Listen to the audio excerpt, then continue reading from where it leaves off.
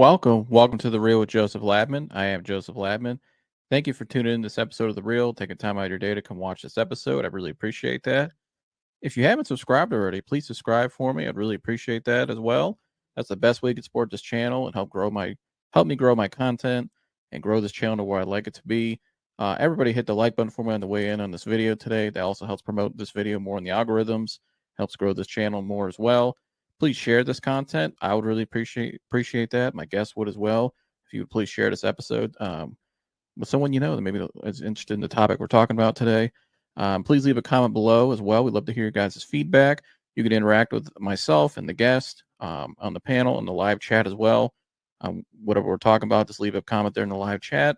Pop in and say hello. We'll put it on the screen for you. And yeah, without further ado, let's get to the show.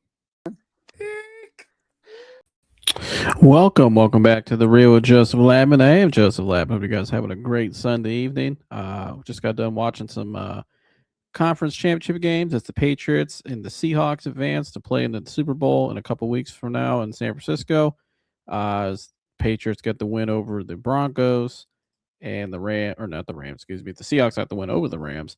I thought the Rams should have won that. They had it at the end of the game there. Went down right down the red zone, just couldn't convert. And then you had the some controversial calls, but gotta give it to Seattle. They got the win. So, but now that the season is winding down pretty much in the NFL, and there's been a lot of coaching searches underway. Obviously, I never seen a year like this where there's this many coaching searches. We've been breaking it down, but obviously our Cleveland Browns are in the midst of a coaching search, and the Rams, since they've lost, are now done, obviously, and the Browns clear candidate, possibly clear favorite to be their next head coach of the Cleveland Browns.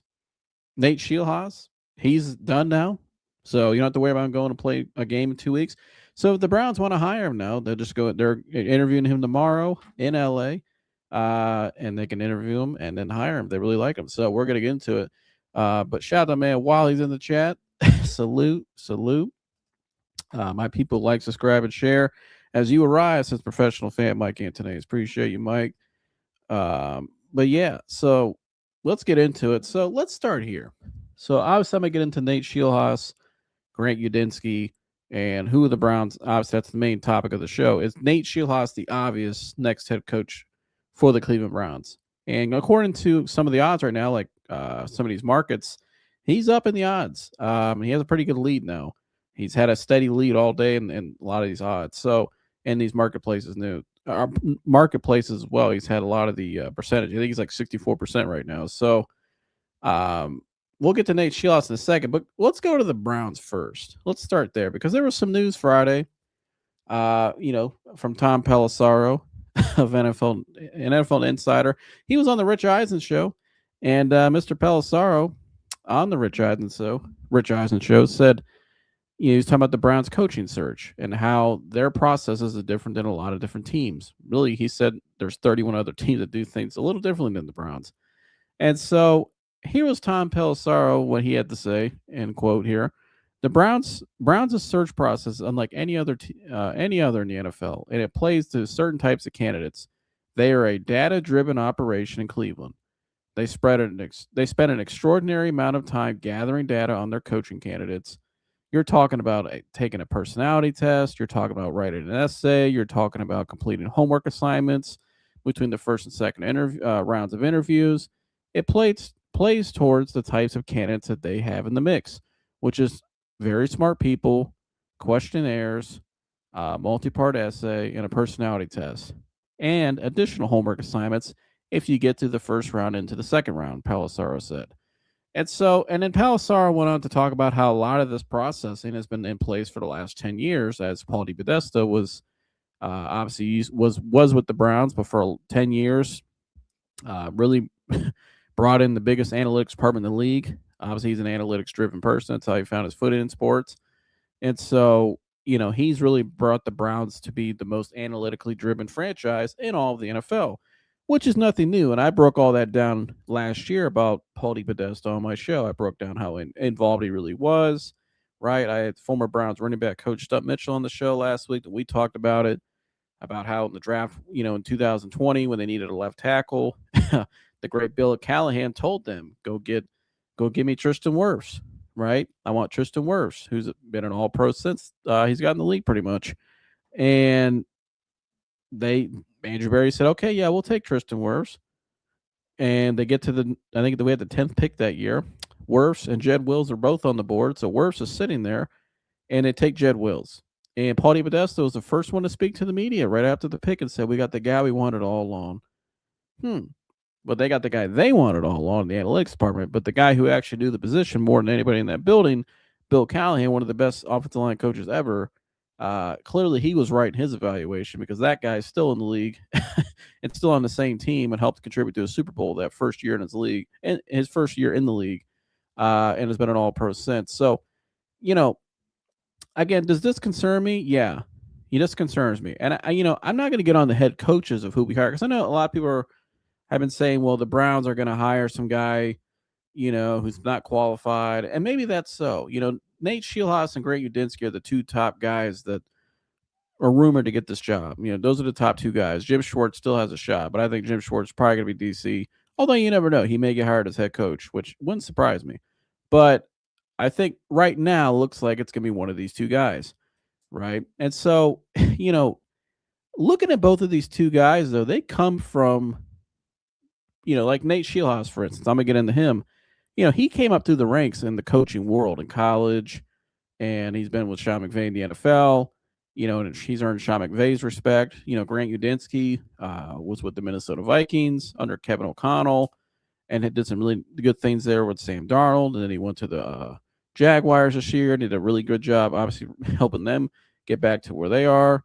And with Trevor Lawrence. So he's shown some good signs. They're coming up the ranks and they're putting in their dues. Maybe it's a little too early for them to be a head coach and lead a locker room. Maybe more Udinski for me than Scheelhaase because the difference between the two for me is at least Scheelhaase has at least, I'm going to get into more of him here in a second, but he's at least led position groups. He's been an offensive coordinator and called plays before. He's really came up the ranks. He was a former college quarterback. And then he started off as I think a grad assistant at Illinois. And then he went to Iowa State, and then he eventually got in the position group, started leading units, and then he became an offensive coordinator. So, I know some people are saying he doesn't have as much NFL experience as Grant Udinski, but I don't really look at the NFL experience when it comes to college and NFL. I just look at the overall coaching experience and quality coaching, and the quality coaching experience he got. I mean, this guy has led units, he's led position groups, he's led an offense, he's called plays before, and he's actually been pretty involved with the Rams. And so, you look at a guy like him, who is really, where's the article? Right here on Nate Scheelhaase. And this came out from Sports Illustrated recently. And it said how Nate Scheelhaase became architect of the aerial assault for the Rams. And it goes on here. Here's Sean McVay. He said, quote, he's a great coach, stated the Rams head coach. He has great leadership, great capacity for the game, similar to a lot of our other great coaches. First and foremost, he has great character. There's an ability to be able to connect with all different types. There's an ability to own the game from an all 22 perspective. He's excellent. I've really enjoyed working with him. He's a great person, first and foremost. He has a great family. He's been outstanding working with the receivers. He has tremendous impact on our team and as our group as a whole. So he works with the receivers and the quarterbacks. And if you watched them, like I noticed last week when they played the Bears, you could really see him on the sideline working with the quarterbacks during the game with the tablet, talking to them in between plays with the receivers. And so here's another one right here from Michael Flory. He said, quote, he's a smart dude. One, he's incredibly efficient with finding stuff around the league and what people are doing and keeping up with the times, which I think is a good, I like that.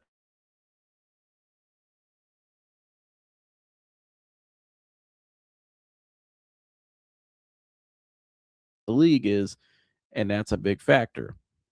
And so again, some really good reviews here from people that I think, I don't think you can work for Sean McVay to that capacity if you don't have his respect and you're somebody that, isn't as like-minded as him and has his work ethic and intensity every day. Because like I showed on my show last week, Sean McVay came in from day one as a very intense guy, and that's why he's been very successful. And he has a standard that he's set there, and and he says, and Matt Stafford may win MVP under Scheelhaase. Yes, but you can't go out there and work for that Rams organization unless you have an it factor to you, right? And I think you have to have some. You have to have some of that kind of. Sean McVay has, like I said, he has kind of that just intensity and that laser focus when you watch him, just how intense he is when he talks to his team, to the media, and he did it from day one in 2017 when he walked in that building. He was like that. That's why they've been successful. And so I think he's a guy who he wouldn't have that kind of the leeway he's had in that offense. I mean, he's designing plays for Sean McVay. He has a lot of respect and leeway from Sean McVay, and a lot of like Sean McVay even said right there from the guy himself. He's had a tremendous impact on that team. So he's not just there holding a clipboard and just some pencil neck guy. No, he's a guy he's earned his way up the ladder, and he's put in some serious work. And I have respect for that because I know guys in the college ranks who came up or going up that ladder, or even in high school, even.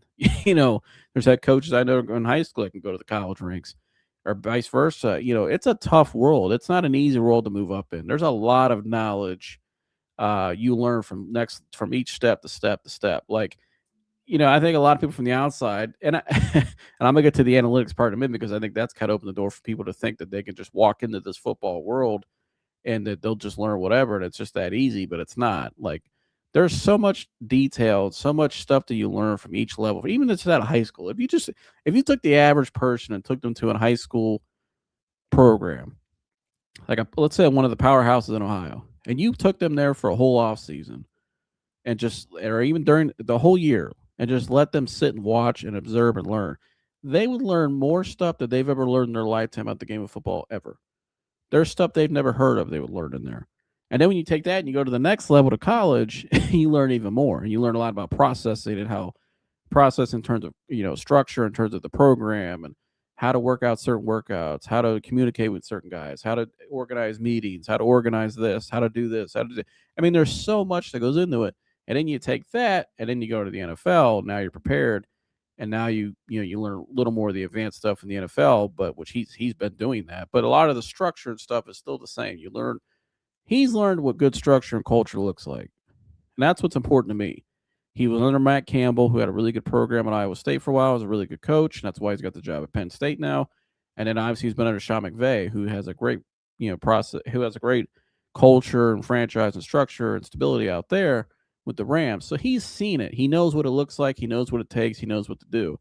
Greg Udinski, he was with, he basically followed Kevin O'Connell around every day, which is what he even said when he was up in Minnesota, watched all that, right?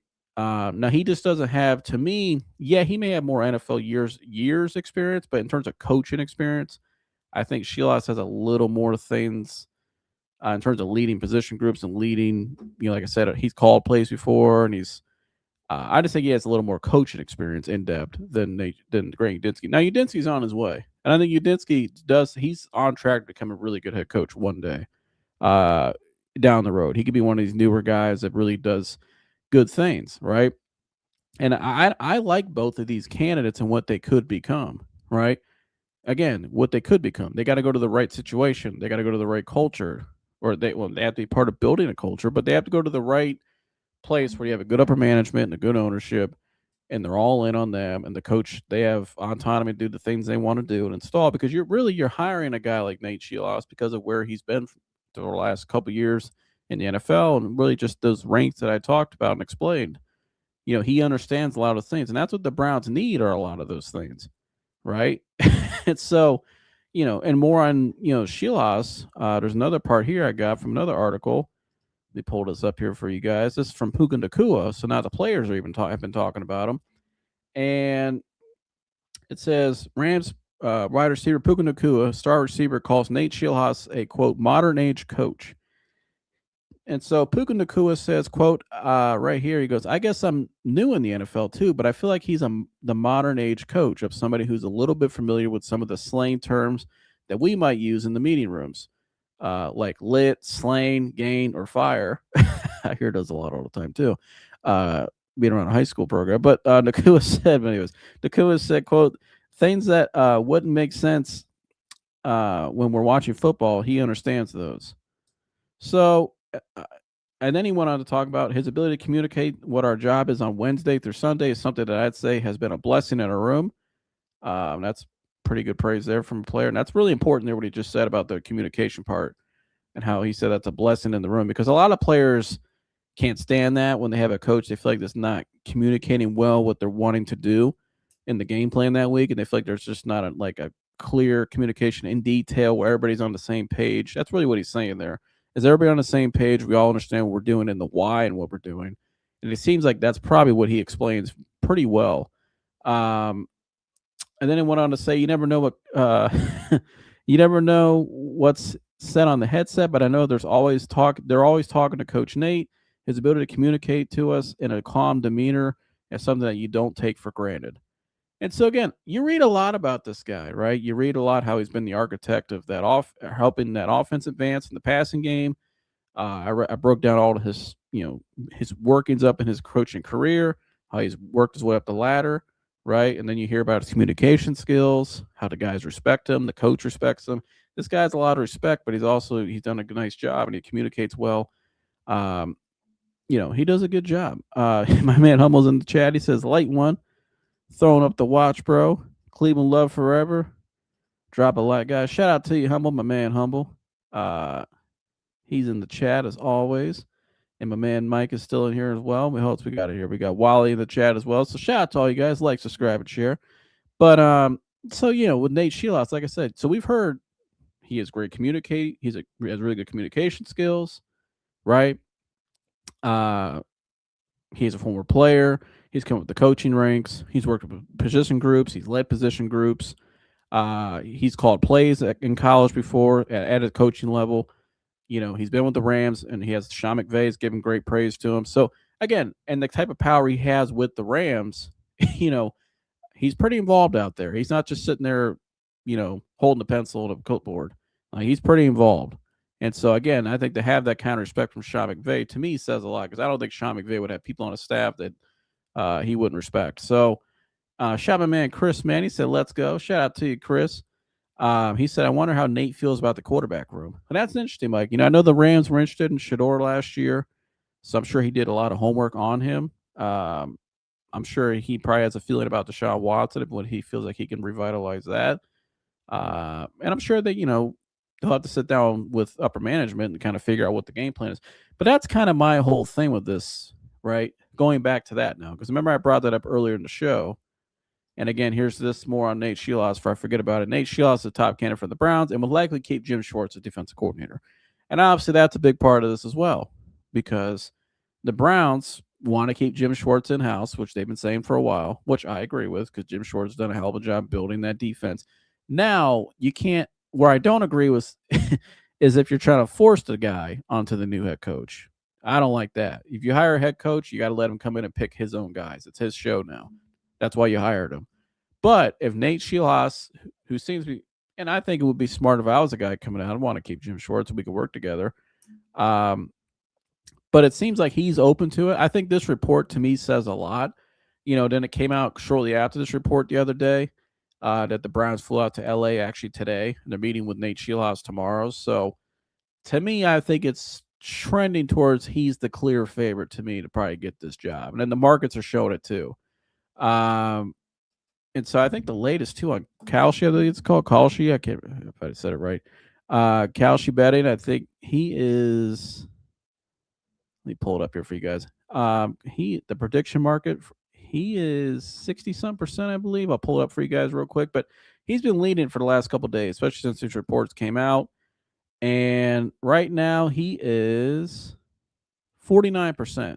So it's dropped a little bit. When I came on, he was up in 56%. So he's dropped 10, but he's still the leader. 49%, Greg Udinski 36%, Jim Schwartz at 14%.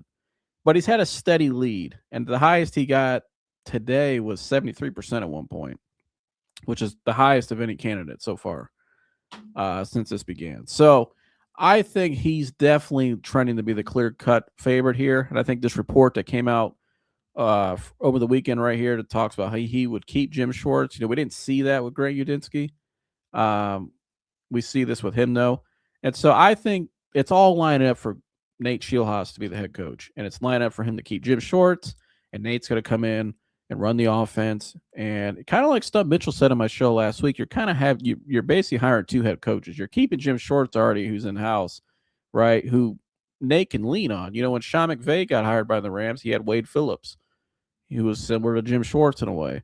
Defensive guy, he was a former head coach, he was a really good defensive coordinator, right? Experience. And so Nate can lean on Jim Schwartz for a lot of things, but you basically have two head coaches on staff in the building. You got a guy you just hired, and then a guy who's already in the building who has been a head coach before and can run a whole unit by himself, who is one of the best defenses in the league.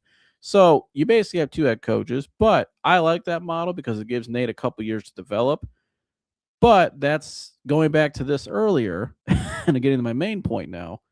This is from this was written by Mike Florio this weekend. Going back to now to this report earlier, if you remember, let me pull this up. Give me 1 second. The Palisaro report, where it talks about their processing, right, and how they're going about their interviews. And so this was written by Mike Florio. It says, as a wise man once said, quote, "The Browns is the Browns." Even after the departure of Chief Strategy Officer Paul DePodesta, whose strategies rarely bore fruit in the form of on-field success, the Browns remain obsessed with data to a fault. But no, they're not dysfunctional. They just function differently than the other 31 teams. And then he goes on to talk about what Tom Palisaro had said, and I just read that to you guys, and I'll pull that back up here for you in a second. Going back to what he said right here about how they're going about this process. And so, again, here's my whole thing. I don't have a problem with Nate Scheelhaase or Grant Udinski because I feel more comfortable with Nate Scheelhaase than I do Udinski to be a head coach right now. I think he's a little more prepared, in my opinion. And I think the fact that he's willing to keep him and Jim Schwartz to work together, I like that. And I think it has a shot. Worked with McVay, with Wade Phillips. I think it could work here. This, though, is still a concern to me. This analytic department, this heavily involved, because at the end of the day, you still got to have people up there that know what to really look for in a head coach. Like, they have to know, does this guy have, we know he knows X's and O's. We know his background, right? We know he's come up in the ranks a little bit, and we know he knows how to coach quarterbacks. He's a smart guy. You heard us turned brilliant and all this stuff, but are we do we have an organization here that's been positioned to bring a guy like this in who's still pretty raw and young, right? He's still going to have some growing pains. Are we as an organization in position to take this guy in and develop him and help him? Do we have people in here that know what a head coach looks like? That's my own concern, because if this analytics department is still as heavily involved as it seems they are, that's a little concerning to me still, because analytics are a great tool. It's information. But the Browns, for the last 10 years, have taken it to a whole nother level where it's become basically their whole philosophy. And I think it's shown on the field at times. And that's why, Kevin Stefanski had his faults as a head coach that I got him about, but I also gave him some grace because Kevin didn't have the full autonomy at times to do some things, because you had to abide by certain philosophies first. Now, the main culprit's out of the building, right? He's back in baseball. Thank gosh, he's out of here. But and I told the story about what Stump shared last week about the Jed Wills story and how the coaches wanted Tristan Wirfs, but they ended up sticking Jed Wills instead. And at DePodesta said they got the guy they wanted all along. But, what did Bill Callahan know?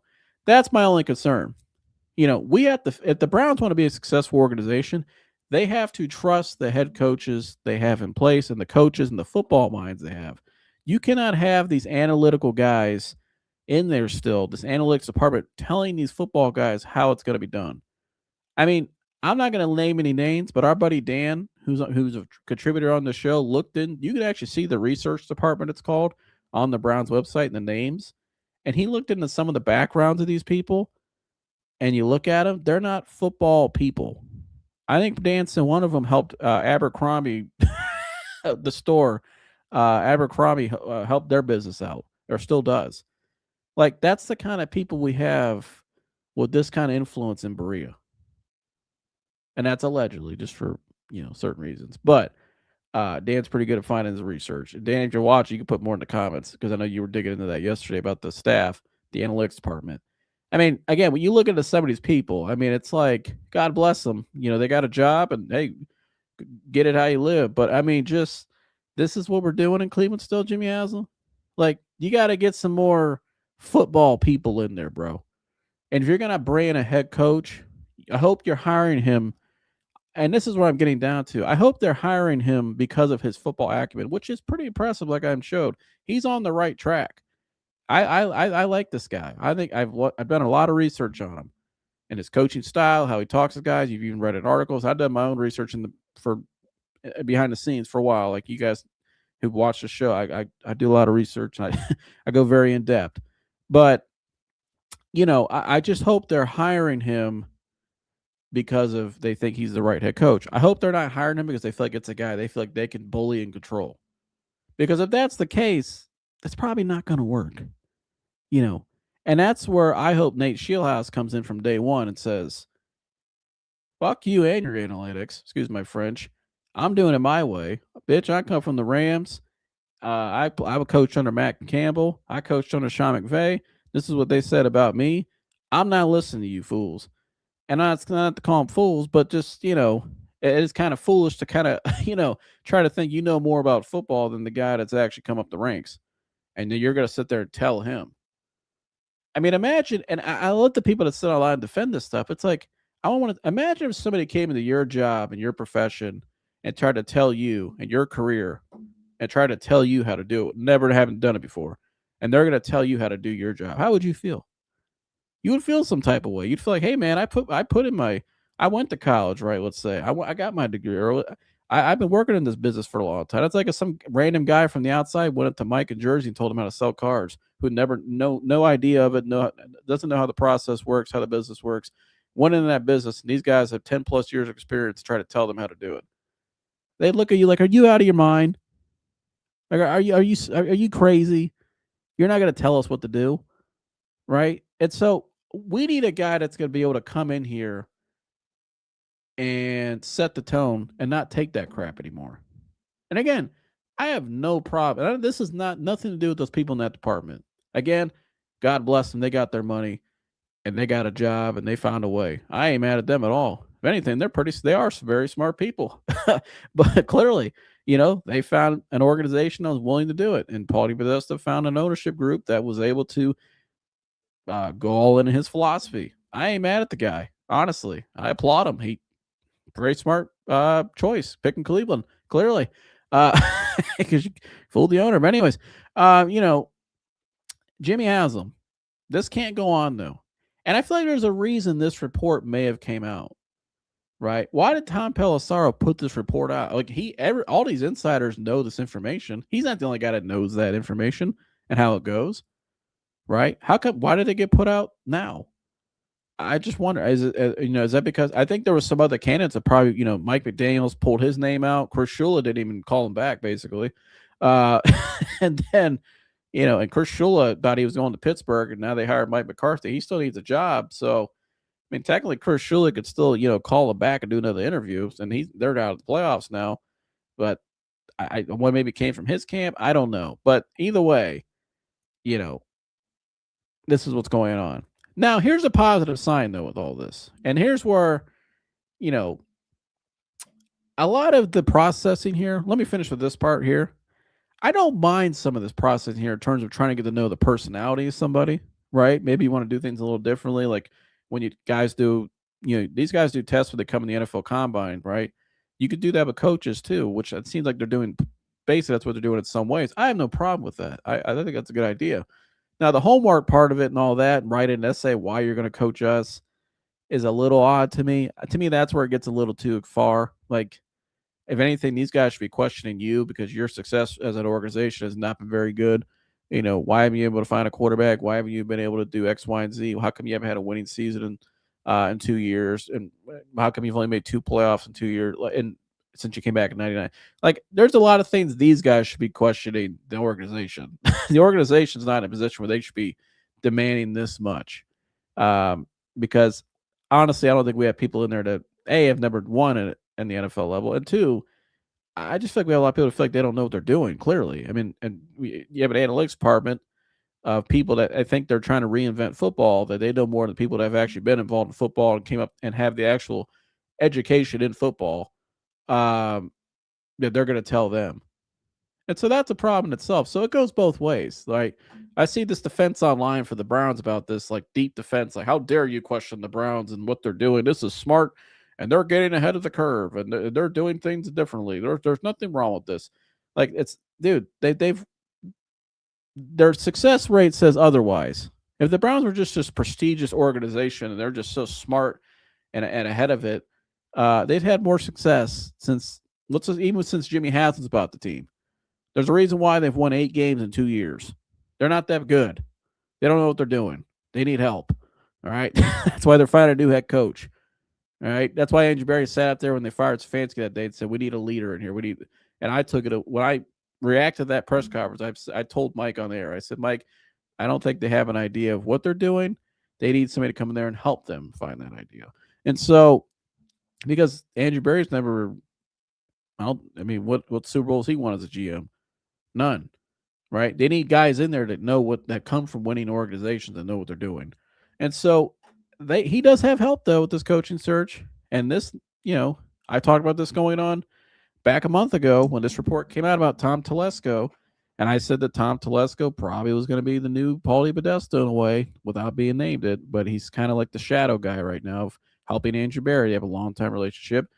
And it says among those involved in the Browns head coaching search is former Chargers and Raiders GM Tom Telesco, who has been serving as a consultant and helping the organization in its process to find a head coach. I'm told he's been in meetings with the in-person candidates. So I think here's what I think is going on here, right?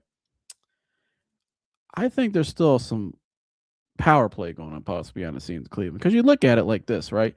You got his report, Tom Telesco, not Tom Telesco, Tom Pelissaro, excuse me, talking about how the analytics department and they're all this processing and stuff like that, right? And then I just explained how after I listened to Andrew Berry's press conference the day they fired Kevin Stefanski, I was on this show live and I told Mike, I said, Mike, I don't think they have an idea of what they need to do. They need some help. Andrew Berry needs some people to lean on that know what they're doing. And voila, here's Tom Telesco, who has experience as GM twice, right? Was with the Chargers for a long time. They had some stable years, made the playoffs, won the division. Like they've had Tom Telesco. I think he's been around the block. He understands what it looks like. He's been around the league for a while.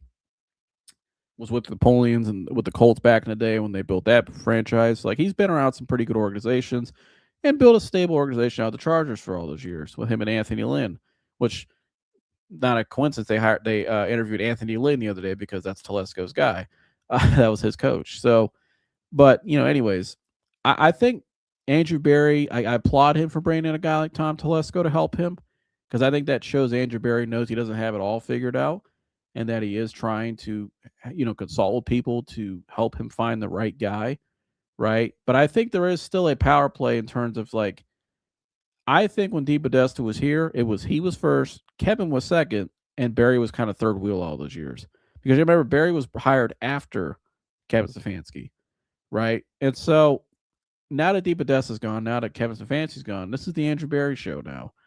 And so I think Andrew Berry's trying to find that balance of like, yes, we use data and analytics and research to help us with more informed information. It's information. That's all it is, right?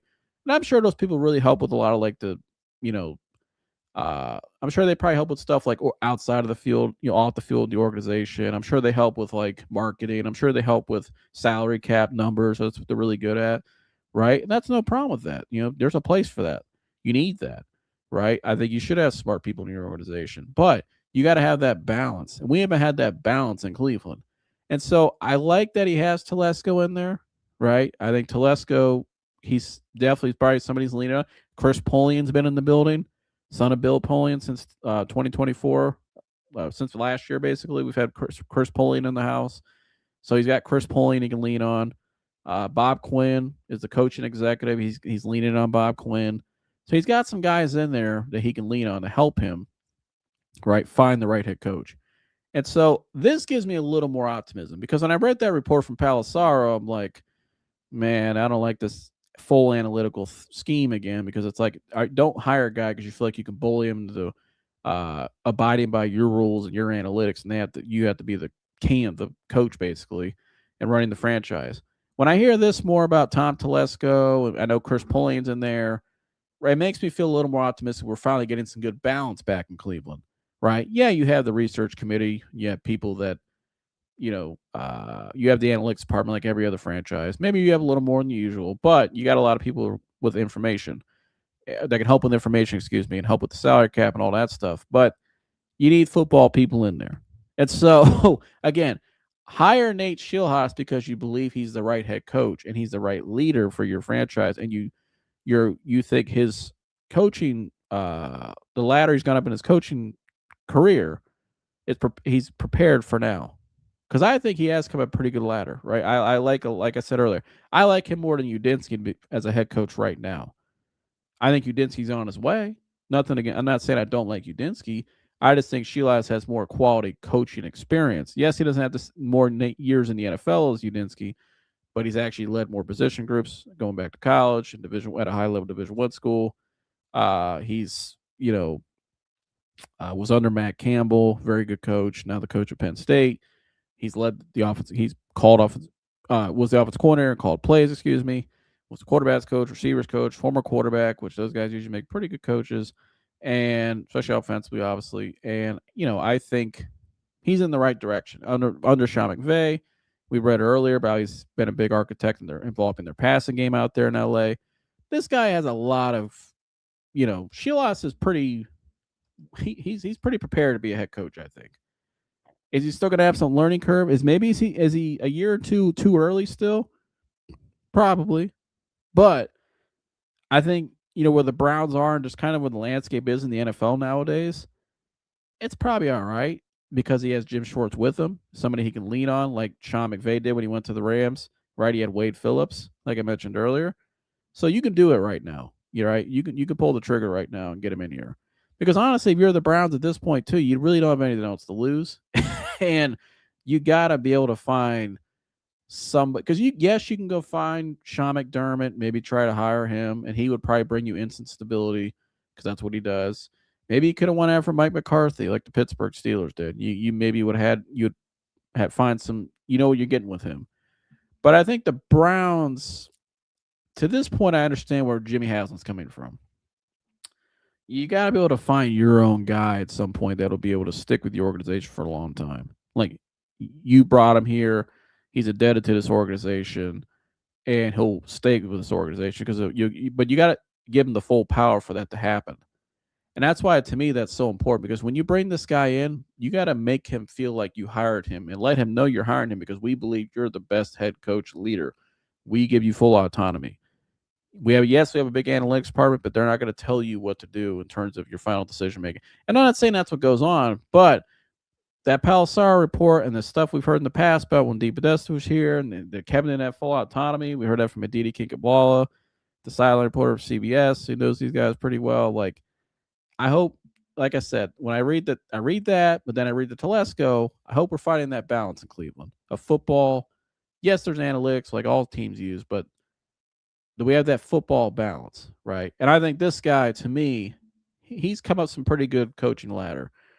Matt Campbell and Sean McVay. And he's willing to work with Jim Schwartz and keep him here, which I think is a big plus, a huge bonus. Because if Jim Schwartz was out of here, I'd be really concerned. Because here's one thing this guy, he's going to have to prove. Can he build out a coaching staff? Because that's ultimately what makes a great head coach, in my opinion. What makes a great head coach is the staff he surrounds himself with, Because you notice with Kevin Stefanski, when they fired Alex Van Pelt, Stump Mitchell, and Bill Callahan was basically pushed out the door. They didn't try to stop him at least get a draft pick for him even. They didn't stop him from leaving. That offense deteriorated quickly. And it was the worst 2 years of his tenure here. They won 8 games in 2 years. And what happened? That staff was chaos around him. I mean, that offensive line, they had Mike Vrabel coaching the offensive line group at one point at the end of that 2024 season.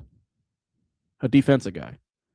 So there was massive instability in that offense and that coaching staff. And it showed on the field. And Kevin as a head coach didn't look like the same head Kevin we saw in 23, right? 2023 won coach of the year. Some previous years before that, you said, okay, he still had his moments, but you're like, Kevin's a solid coach. But when that staff around him offensively deteriorated, he deteriorated as a head coach. And so that's going to be the big question, too, with these guys. And why I think this report,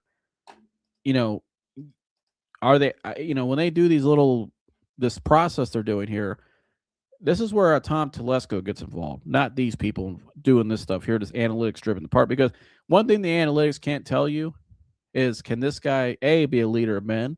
Can he gravitate a room, right? Do guys respect him? Do players respect him? Will Myles Garrett look this guy in the face and keep his eyes on him and listen to what he's saying, right? Or if he's side-eye, look the other way, like, yeah, this dude's talking again, right? That's what's good. That's A. Can he get buy-in from a room? Does he have command as a head coach? Can he lead? But also, two, can he build out a coaching tree? Or a staff, not tree. Can he build out a coaching staff? Because that's very important, too. And that's where you got to have somebody like a Telesco in there, a Chris Polian, a Bob Quinn, who they have in there, which, again, that report makes me a little more optimistic, going back to this, that Telesco's at least involved, because he's somebody I think who he has a lot of experience, has been around some good franchises, so he understands it. I like that Barry's leaning on him, because that's where ultimately that's the two things I'm looking for. Do you have the it factor and the leadership, right, and just be an overall head coach? You got to have somebody that's able to identify that. An analytics person won't be able to identify that. I'm sorry. That guy would. I think Telesco would be able to, and Polian and Bob Quinn, they'll be able to know what that looks like. So that's one. But also, two, can this guy build out a staff? You got to find that out. What would your staff look like, right? And then thirdly, too, going back to what Mike said earlier, what kind of quarterback are you looking at here? Like, here's our situation. We got Deshaun Watson and Shedeur Sanders right now.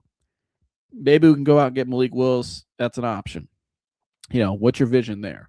And I'm sure he probably has a pretty good idea there. I mean, I think this guy with quarterback development, I think, will be really good. I really do, because he's a former quarterback himself. But, because of the ladder he came up in, the coaching world, who he coached under, especially the experience with the Rams alone, this guy's been, I think Sean McVay's tree speaks for itself in terms of just kind of what Puka said, honestly, was right on the money. Just this modern, more modern football in terms of just more of the passing game now, the advanced passing game concepts, just the stuff they're doing, and how he's, picking Sean McVay and Puka said, he's a guy who's picking stuff off from other teams around the league, right? He's studying other stuff and what's, new trends and what's some new stuff teams are throwing out there on film.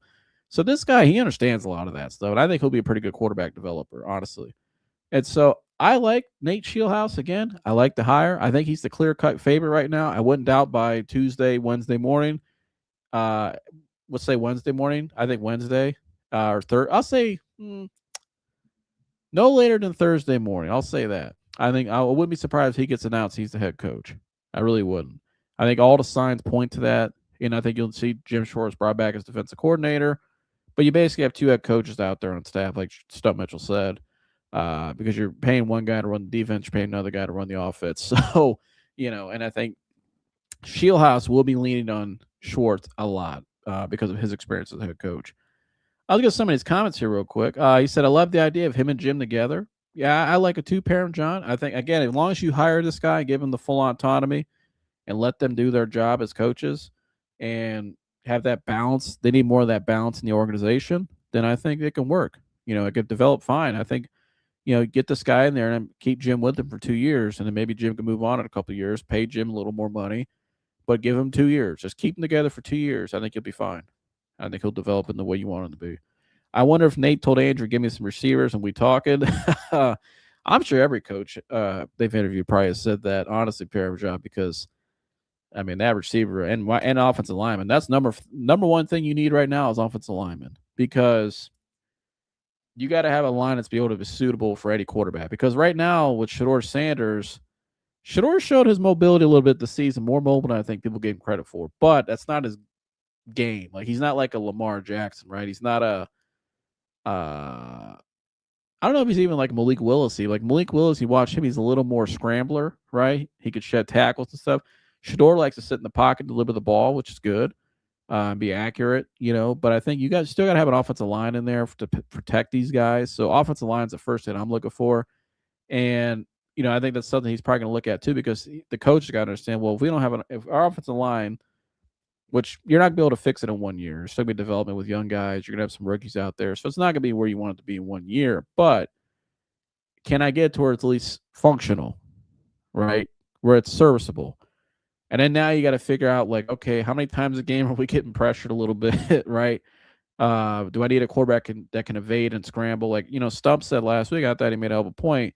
He said, he goes, you're not going to fix that line in 1 year, but if you can get a quarterback back there that can evade tackles and be physical, who's a physical guy, and extend plays and kind of improvise for the that offensive line and some of the mistakes they're going to make, and just have, especially you're going to have rookies out there, you can still make stuff happen and still have a good offense, right? So that's something I got to look at too, is that offensive line first and foremost, the line of scrimmage, but then to go to receivers then. But they're in a good spot in the draft for both. I think the 6th pick, you can get a guy like Francis Moyaga, who I think is the best tackle in the draft personally. I think that guy, I watched him in that Sky Zone view of that national championship game. I watched every play of that guy. And man, that guy is the real deal, Holyfield. That guy, he's one of the best tackle prospects I've seen in a minute. His very good feet, very good hands. I mean, they were running. These concepts are called twist, right? When I played in high school, we called it twist. That's a basic concept, basic term in high school. But a lot of times, some people call them tackle to end, right? So basically, they'll run these concepts where they'll twist the tackle, he'll swing around to the inside, right, and then the end will go inside, right? It's like basically like a twist concept. I'm explaining more in a basic term for you guys, but who was it? Indiana called that, I think, 4 times in one series. And a lot of times nowadays, a lot of these tackles don't pick them up properly. I've noticed this year. I think it's a lot of the tackles I've seen, especially the Browns this year. The Browns got killed on that stunt all year long on tape. You watch it, teams just kept running that stunt on them and just torching them because our offensive line did not communicate well, and they could not pick it. Our tackles could not pick that up well. Couldn't recover. Bad feet, bad hands, bad just everything. Leverage. I mean, you name it. So this guy, though, they called it probably 4 or 5 times that night in one series in the 4th quarter, and every time, I mean, that he picked it up. And then the tackles were even coming off and trying to, when they would come around the edge, they would try to spin and use the momentum against him. And the guy was spinning into a wall. He couldn't go anywhere. I mean, Francis Moyaga was so good at picking that concept up and just picking up any stunt they put out, any blitz. I mean, he was so good, so light on his feet, very balanced. I mean, this guy, he's going to be a hell of a tackle in the league. Hell of a tackle. So if you get a guy like that with the 6th pick, that's a slam. That's a grand slam, in my opinion. And then now I look at a position, is Carnell going to fall? Right. I think a guy that would do really well with Nate Scheelhaase, with some of the Rams concepts we'll bring over, probably, who kind of reminds me a little bit of Puka, I'm not going to lie, is Mekhi Lemon. If they can trap and get Mekhi Lemon and get me Francis Moyaga, that is a great, great first-round draft, because I think Mekhi Lemon's going to be a really good player. He's a hell of a route runner, great ball security. He reminds a lot of Puka, honestly. He can make catches in the middle of the field. He made a lot of he was triple team coverage in a lot of catches I saw on tape this year, coming down with the ball, taking a hit. I mean, this guy's tough. I think Mekhi Lemon has the physicality, but also the route running, the hands, to be a really good AFC North receiver as well. In the cold, he'll still be effective because he's just a tough receiver, tough player. I like him a lot. He's just overall just a really good receiver. So I look at a guy like that. I would really like that too. So that's the kind of draft I'd be looking for. But yeah, give me some receivers. They're going to get some guys off the street too, like a Romeo Dobbs would be one. Guys like that. You don't need star guys. Like, if I'm the Browns, don't even call Brandon Ayuk. I'm not calling AJ Brown. I'm not calling any of these guys that have can be kind of headaches. We don't need that stuff. We need guys that are functional, that come in here, do the job we need them to do, and be team players. And that's how you build. We need to start building a real culture and stable franchise. That's all we need. So, and I'm talking about on the field. Yeah, they may have, like, Florio said earlier, that, yeah, they may not be dysfunctional. They just function differently in different franchises. But on the field, we need a little more function. in my opinion. We need guys that just come in here and are just happy to be here, want to, and just happy to be a Cleveland Brown and do their job. That's what we need. We need guys like Belichick. You tell the Patriots, just do your job. That's what we need. Do your job, guys. And so, and we did that last year in the draft. We need more of those kind of guys. Just guys that just are coming here to be dogs and want to contribute to helping this team win and turn it around. So that's what I'm looking for if I'm a head coach. Yeah, we need that type of coach, not an ass kisser. Exactly. And that's my thing. The only way this goes south with him is if they bring him in here and they try to not give him full autonomy as a head coach, and they try to basically install their next nerd. Well, not, and I don't think he's a nerd, but I think they'll try to make him a nerd and try to make him adhere to their analytics, which happened with Stefanski. If I'm Nate Scheelhaase, I'm coming here with a little edge and a little more like, hey man, you hired me. Don't take this job, Nate Scheelhaase. If you ever don't take this job, um, unless you have that. And really, I would put that in my contract clause. Like, I have a lot of say in certain things, and I'm going to be the head coach. And these people just give me information and ideas, and I decide whether I go with them or not.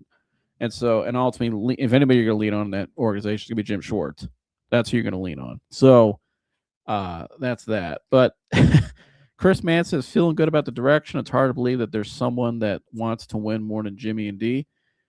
And I agree with that, Chris. I think I think the Telesco being involved gives me a little more optimism. Excuse me. Um, the fact that they're going with Scheelhaase over Udinsky, I think, gives me a little more optimism. Nothing against Udinsky. I just think Scheelhaase is a little more qualified right now to be a head coach. And I think Jimmy and D have always wanted to win. I've never questioned their want to win. I just think they've always just as aimed in the wrong direction, or they've had too many cooks in the kitchen, right? They've never been able to put it together. It's never panned out. It's always been a lot of failures, unfortunately. And so I think they're trying for sure. I think now they're giving Barry full autonomy to do what he truly wants to do with no Deep Podesta, no Kevin in the house. So we'll see what they do now, but I think they got a shot here. I'll tell you, they got a great chance in 1 year to really. It doesn't take as long as the NFL people think. And I know people look at our team right now and they go, "Man, they're years away because of the offense," but you can really turn stuff around in the NFL pretty quick in like a year or two. Like we've seen teams do it. Like I remember sitting up here in this show 2 years ago talking about the Patriots, Mike and I, and they were looking for Drake May and looking for a quarterback still. It only took them 2 years because they found the head coach, the quarterback, and they filled out the roster and look at it, now they're back in the Super Bowl. Like it doesn't take that long. Like it takes lightning in a bottle and doing things as long as you hire the right coach and that coach identifies the quarterback and develops him, and you guys have the right culture and development in place, you can turn things around pretty quick. Like it's not as hard as people think. It's just they've just never been able to identify the right people and have the right leader in charge, in my opinion, to in terms well, I don't think they've ever had the right collaboration. Right. We thought this last regime was collaborative, right? And they were all working together, but I don't think that was the case at all. I think Kevin was at odds with some of the people up in upper management for a while, and they made him do things. It's just Kevin just adhered to what he was told and took it, and just he never stood up to it, which I think was kind of his downfall a little bit. But I think they got to find that balance still, is what what I'm basically referencing this whole show. Once they find that balance and have the right leadership in charge in terms of a football head coach, everything's going to be fine.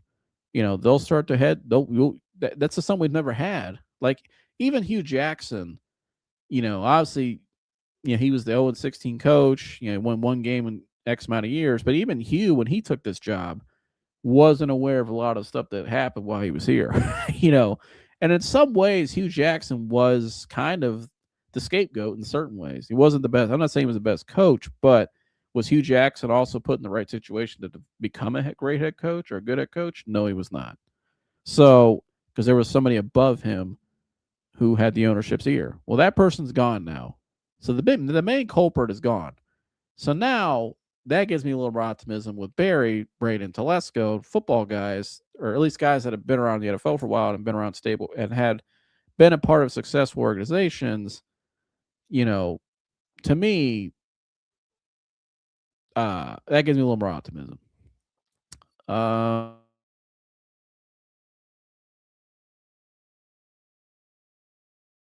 Let's see. Where am I at here? I'm sorry. Are we flying out to LA today? Actually, Parmesan. Maybe they're probably out there right now. Water's good. I think they're interviewing him tomorrow. Yeah, they are tomorrow. So they're party out there, and he'll head back there tonight, obviously. And yeah, so they're out in LA because I think obviously I think they want to fly to him, probably courtesy to him because he's just he had a game the night before, but also because the weather too. So and they probably got the hell out of here. I know they were down in Florida. They interviewed Anthony Lynn down in Florida, and they flew from Florida to California. So give me Lemon and Surratt, and I'm happy. I would love that combo. Elijah Surratt is one of the most underrated guys in this draft, in my opinion. I think he's that dude's. I like that dude a lot. That's a bad dude, Elijah Surratt. Great receiver. I like him too. Man, I would love Romeo. He's pretty decent. Dragon God Smith, good to see you. Hopefully, they can find a balance between the eye test and analytics. I don't know why people online think they're uh, most qualified over former players and GMs talking about talent and skill potential. Uh, yeah, there's a lot of experts online tracking God Smith. Everybody's if you got a platform now, if you have an account nowadays, rather, you could pay for a check mark. That means you know what you're talking about. But that's the yeah, I don't know. And I love the fan talk. It's great. It's great for the sport. It's great for it's why fandom's great. Obviously, that's why we all love it. Helps my I like it for my show. You guys help make my show. You guys are fans of the sport. You're passionate for the team. But I think there are definitely people online that think they know they got to figure it out. They know football in and out.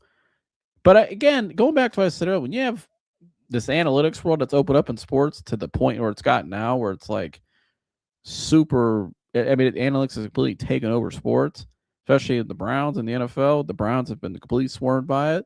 I mean, you got people that help run Abercrombie now in the Browns organization and the analytics part. I mean, these people. I mean, I get why people think they could just think they're part because they think if that guy can go in and be qualified, I can too. I mean that's I mean they've kind of opened the door for it.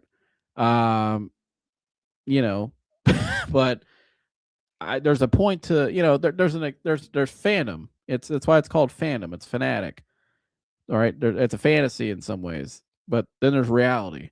And a lot of people don't understand the reality of what goes on behind the scenes in a football setting, especially from high school on up.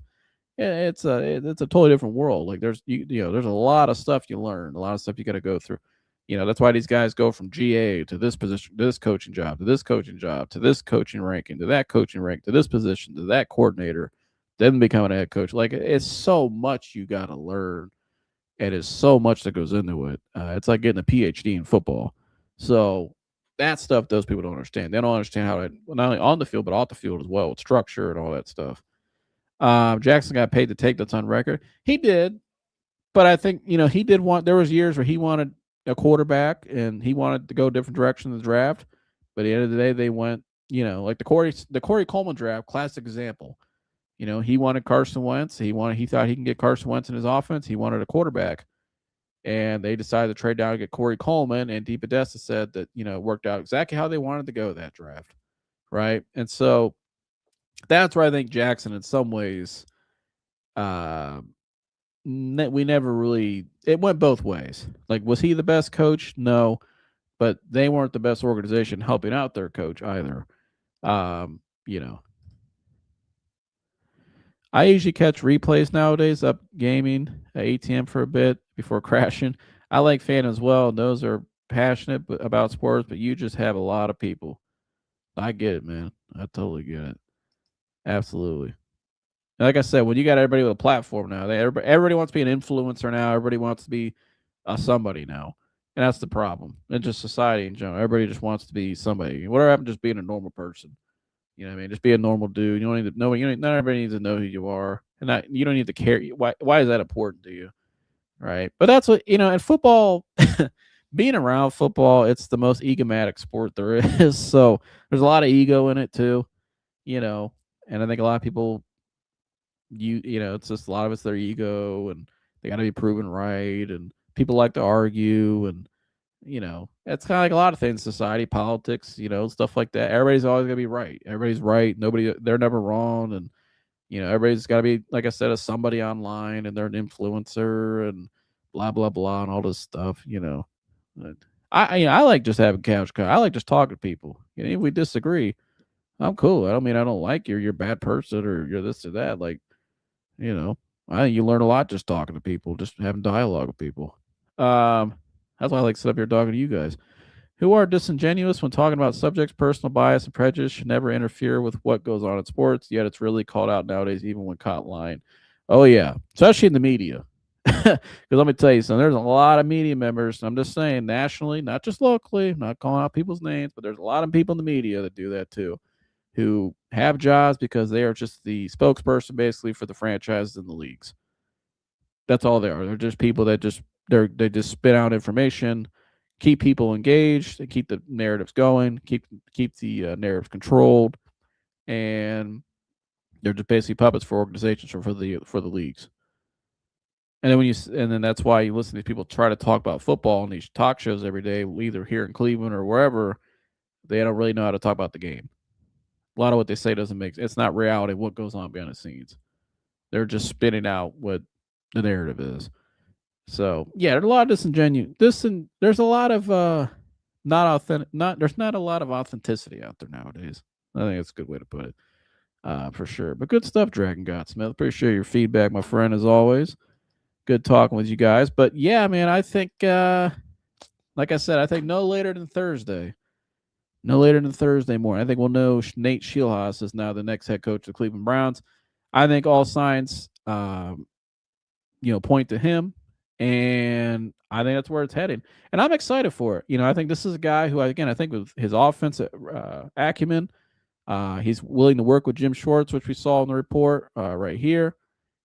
I think it's set up perfectly to have him come in here. As long as they find that balance in the organization and as a whole, like I pointed out today, I think it'll be just fine. They can work it out. They got good draft picks this year. They can get some more players in here, get the tackle, receiver, let this guy figure out his quarterback position, his quarterback room. He's got Deshaun Watson and Shedeur Sanders right now. Maybe they go target Malik Willis. I mean, I don't know. Whatever he wants to do. Maybe they draft somebody.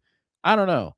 But I want this guy to come in here, and I trust him to figure that out. That's why I'm hiring him. And then this guy is really good. I think this guy would be really good with the quarterback room, obviously, because he is a former quarterback and just, like I said, his acumen and where he came from. But also, I think we need somebody in here who can finally give us an actual modern looking offense. I think when you watch other teams' offenses compared to the Browns in recent years, at times the Browns have run certain good, like you look at it and be like, yeah, they're doing some nice things, like some creative things offensively, but it just wasn't consistently. When you watch the Rams today or the Seahawks, that game, just watch that game alone.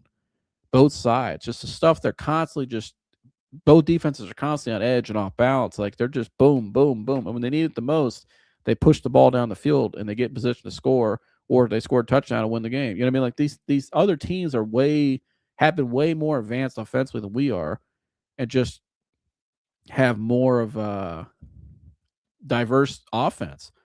And I think what Kevin, one of his downfalls was he came from one system and one organization before he came here. And I think that was his biggest downfall. Well, not as well. That was the second biggest down. His biggest downfall was not to stand up to people up in the upper management trying to tell him how to do his job. But the second thing was, in my opinion, was he only came from one system, one philosophy, one organization, and that's why when he hired Ken Dorsey 2 years ago, and they said, well, they fired Alex Van Pelt and the staff for Deshaun to help Ken Dorsey. Ken Dorsey's come in and help Deshaun and build an offense around him and blah blah blah. Even though Kevin didn't want to fire those guys. But Kevin also didn't give up play calling initially when Deshaun was out there because I think Kevin just didn't trust him. And Kevin only knew one way. He only knew one system, one philosophy. You know what I mean? And he didn't give up play calling until Deshaun went down. But really, Ken Dorsey was a waste of time here. He was a complete waste of time because you brought him here to work with Deshaun Watson allegedly, but you never let him call plays in his own system that Kevin didn't know anything. Kevin came from a different system. You never let him call plays in that system while Deshaun was out there. So, and the course never worked. Deshaun looked horrible that year. And so, and he unfortunately got hurt, And so the Browns have never had that kind of like, and he said it right here. Shout out to Tyronius Patterson. Appreciate my friend. It's nice to listen to someone without an agenda. I appreciate that, Trace. I try to just call it how I see it. And try to be cool, fair, and honest, and just have a good time. I love talking ball. The phrase you're looking for is a dynamic offense. Thank you. I was out, man, I've been out plowing snow all day, pushing snow around, snow blowing my driveway and all that. So I'm a little tired. So I appreciate. I'm a little short on words tonight. I'm a little tired, a little eepy. But no, the phrase, yeah, dynamic offense, exactly. A diverse, dynamic offense is what I'm looking for. And that's why I think he brains. He comes from because clearly whatever they're doing out in LA, they have it every year. They got a dynamic, diverse offense, balanced, right? And this guy, I think he'll bring that here. I think he has those philosophies. When you listen to what Sean McVay said about him, what Puka Nakua said about him, he has that in him. This guy's, and what I like, the best thing I read about him and the stuff I showed earlier was that he's actively studying other teams' offenses all the time, trying to pick new things from other people, right? That is somebody who I think is going to do really well uh, and have a really good offense in today's NFL because you have to be doing that constantly. I don't think we ever really did that. At least we didn't see it on the field. I'm not saying Kevin didn't do that, but you didn't see it on the field. All we saw was the same shit every week. So, agreed. I really, really listen to UCSS now due to Jason always pushing one or twisting analytics, especially when the data he's attempting to use isn't long enough to state facts. Those last two games of practice squad players was hard to be dynamic or make any plays, not to mention Bond and Gage was barely on the field for some reason. Yeah, no, I agree. You're a little limited with those guys. But I just think as a whole, I never felt like we elevated our offense. But again, I didn't expect anything else from Kevin. Kevin though, when they had the right personnel in there, right? They had a good offensive line, had the right quarterback in Flacco, Nick Chubb, Kareem Hunt, right? They had a running game, David Njoku. His offense functioned pretty well, and they were able to open it up a little bit more. But I think that offense, though, you have to have all the right pieces in it for it to function. I want an offense where even if you have some guys out, you could still go out there and be dynamic and still put points on the board. And that's what a lot of these other teams are able to do. They're able to be multiple, right? They're not just one philosophy, one way. Not run first, play action. That's it. It's more of like we can come out and go empty and run a spread offense up, maybe a little more tempo. We can go back to an under center, run it ground and pound, right? We can go a little play action, right? We can go a little RPO. We can hit you in so many different angles that we can attack a defense, and no matter who we have on the field every week and who we're going against, we were able to find a way to be effective and score and give our defense, a chance to, our defense will give us a chance to be in the game, right? All we got to do is just find a way to go out there and be productive and put points on this board every week. I don't think we did that a lot of times. At least I didn't see it. And I think a lot of that too, once he fired that staff in 23, it was a pretty putrid offense for 2 years. And I think a lot of it's because the staff wasn't very stable either. But that to me, the biggest thing Nate's got to do right out the bat, you got to build you got to get the best staff you can get in here, right? And guys that are like-minded with your philosophy, right? But also guys who are a little more maybe diverse in certain areas and some experience as well is what he's going to need in that room. He's going to need a lot of experience around him, in my opinion. Because again, what makes a great head coach to me is the staff he surrounds himself with. And so that's what we're going to need here with who we hired. I think Nate, where he's come from, he's probably made a lot of relationships in the NFL, just in the college coaching world. Coaching world's a very tight fraternity, college, NFL, including even high school. I mean, I know some high school coaches know a lot of guys all the way up in the NFL.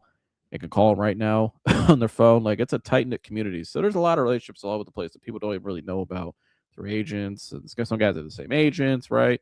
I'm sure Jim Schwartz will help him find some guys that he knows that they can, be like minded and collaborate with. So, but yeah, man, I think it's gonna be exciting this week. Because at least now I think this week we'll finally have a coach, and I think we'll have a coach that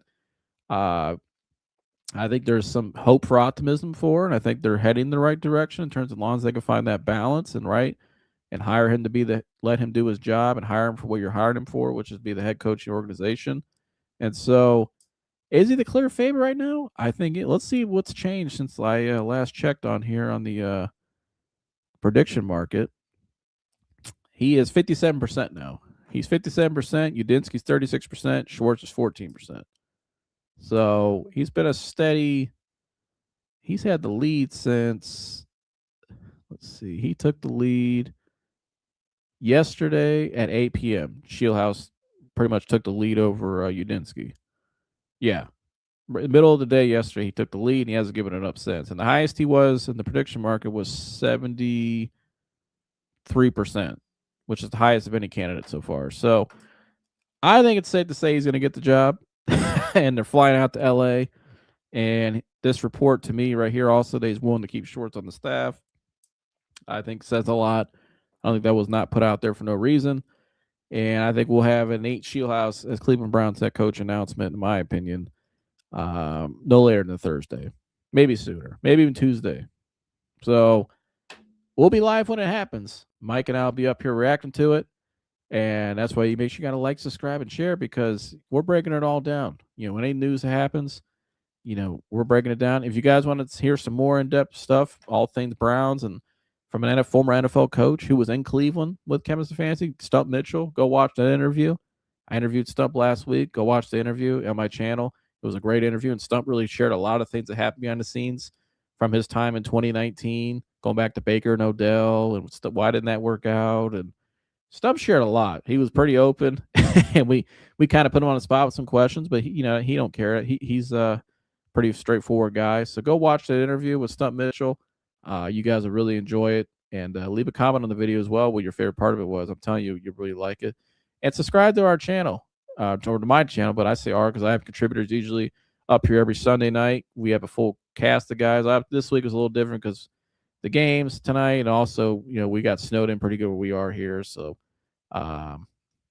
mainly the games though were kind of a late night. So I did this myself tonight, but yeah, make sure you like, subscribe, and share, and all that good stuff. And leave a comment below in this video. Who do you think is gonna be that coach? You think it's gonna be Nate Scheelhaase? And what's your confidence scale 1 through 10? He'll be the guy for the Browns that you think he'll be the Browns? He'll be the head coach the Browns have been looking for. 1 through 10. What's your confidence in him? And so leave a comment below, like, subscribe, share all that good stuff, and I will see you guys in the next one. I'm out of here. Gone.